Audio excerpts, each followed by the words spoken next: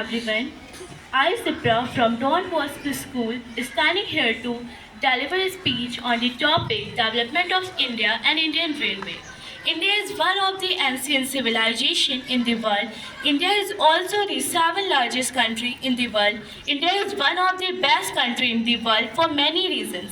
Acceptance of people of other religions, the closely bounded family culture, the biggest democratic nation, and the fastest growing economy with 1.3 billion of population. India is the second largest country in the world. The number system and the number zero are the gift by Aryabhat from India to the world. One of the finest and first university of the world, Taxila, belonged to India from 700 BC. Sanskrit, Ayurveda, and many more are the achievements of India.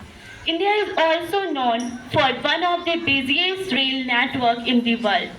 Railway was first introduced in India in 1853 from Bombay to Thane.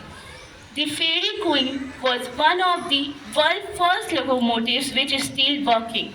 The Fairy Queen runs on the same route as the Palace on Wheels. The Queen Tourist Train launched in 1982 and in 1999 was awarded a National Tourism Award. On July 2, 1909, Okhil Chandra Sen, an Indian Railway passenger, wrote to Sahibganj Divisional Office, West Bengal in 1909, urging to set up toilets. A significant change in the Indian Railway came after the year 2004. The 156 years old Indian Railway was regarded as a hopeless, loss-making organization with too little revenue, too many problems. Steps were taken to increase the demand rather than the price. A team of experts proposed and applied some simple techniques effectively on a per train basis. After 2010, the railways went back into problematic phase. The funds started shrinking, therefore improvement in passenger amenities could not be carried out.